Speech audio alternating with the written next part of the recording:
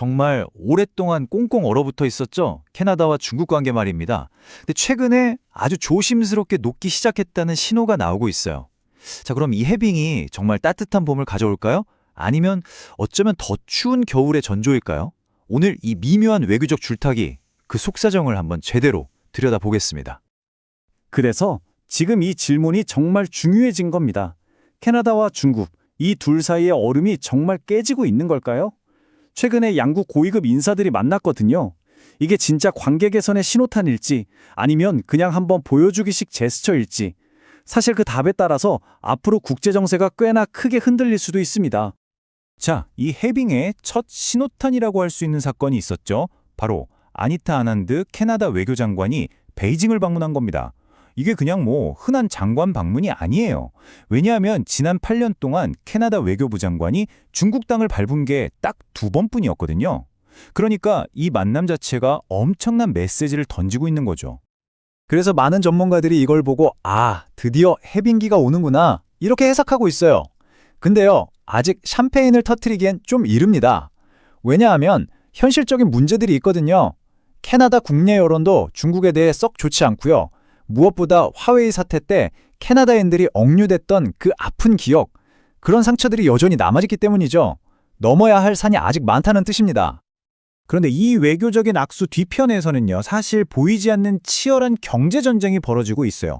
바로 최근 양국 갈등의 가장 큰 원인이었던 관세 문제, 이 줄다리기가 계속되고 있다는 겁니다. 바로 이 숫자입니다.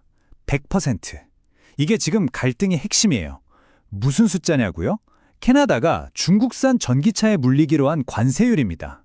사실 미국이 먼저 시작했는데 캐나다가 바로 뒤따라간 거죠. 당연히 중국 입장에서는 가만히 있을 수가 없었겠죠. 엄청난 반발을 불러왔습니다. 상황이 이렇게 된 겁니다. 캐나다가 너네 전기차 철광에 관세 하니까 중국이 바로 그래? 그럼 너네 주력 수출품인 카놀라유랑 돼지고기에 보복 관세 이렇게 맞받아친 거죠. 정말 말 그대로 눈에는 눈, 이에는 이 서로 한 대씩 주고받는 양상이 된 거예요.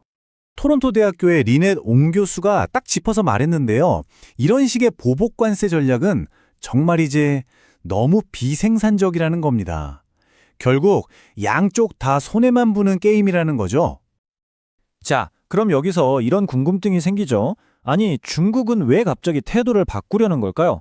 그동안 굉장히 공격적이고 거칠었던 이른바 늑대전사 외교를 펼쳐왔잖아요.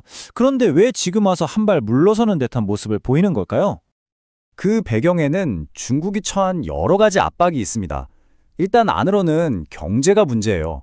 부동산 위기도 있고 해서 경제 회복이 생각보다 더디거든요. 그리고 밖으로는 다들 아시겠지만 미국과의 갈등이 정말 심각하죠. 그러니까 중국 입장에서는 어떻게든 수출기를 더 열고 외교적으로 고립되는 걸 피해야 하는 거예요. 그러려면 캐나다 같은 나라와의 관계 개선이 아주 중요해진 거죠.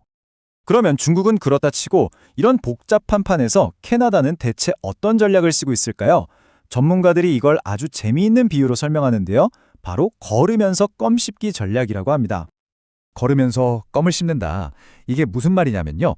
무역, 즉 돈 버는 문제랑 인권 같은 가치를 지키는 문제, 이 둘 중에 하나를 포기하는 게 아니라는 거예요. 핵심은 이 두 가지를 동시에 아주 효과적으로 해내는 능력입니다. 경제적 이익도 챙기면서 우리가 중요하게 생각하는 가치도 지키는 거죠. 그리고 이 걸으면서 껌 씹기 전략에 가장 중요한 포인트가 있어요. 바로 혼자서는 안 한다는 겁니다. 예를 들어 캐나다가 중국의 인권 문제를 이야기하고 싶을 때 혼자서 외롭게 싸우는 게 아니에요. 호주나 일본처럼 뜻을 같이 하는 다른 나라들과 힘을 합쳐서 다 같이 한 목소리를 내는 거죠. 그래야 압박 효과가 훨씬 커지니까요. 자, 그럼 이제 다음 스텝은 뭘까요? 외교부 장관이 만나서 일단 물꼬를 텄으니 이제는 그보다 더 높은 레벨, 그러니까 캐나다 트류드 총리와 중국 시진핑 주석이 직접 만나는 정상회담까지 갈 수 있지 않겠냐는 그런 조심스러운 기대감이 나오고 있습니다. 만약에 진짜 두 정상이 만나게 되면 회담 테이블에는 정말 중요한 얘기들이 오고 가겠죠. 일단 꽉 막힌 관세 문제부터 풀어야 할 거고요. 점점 심해지는 미국과 중국 사이에서 캐나다는 어떤 입장을 취할 건지, 그리고 캐나다가 추진하는 인도 태평양 전략은 뭔지, 이런 굵직한 이야기들이 오고 갈 겁니다. 결국 모든 이야기는 이 하나의 질문으로 돌아옵니다. 캐나다는 과연 경제적 이익, 즉 지갑과 민주주의라는 가치 사이에서 성공적으로 균형을 잡을 수 있을까요?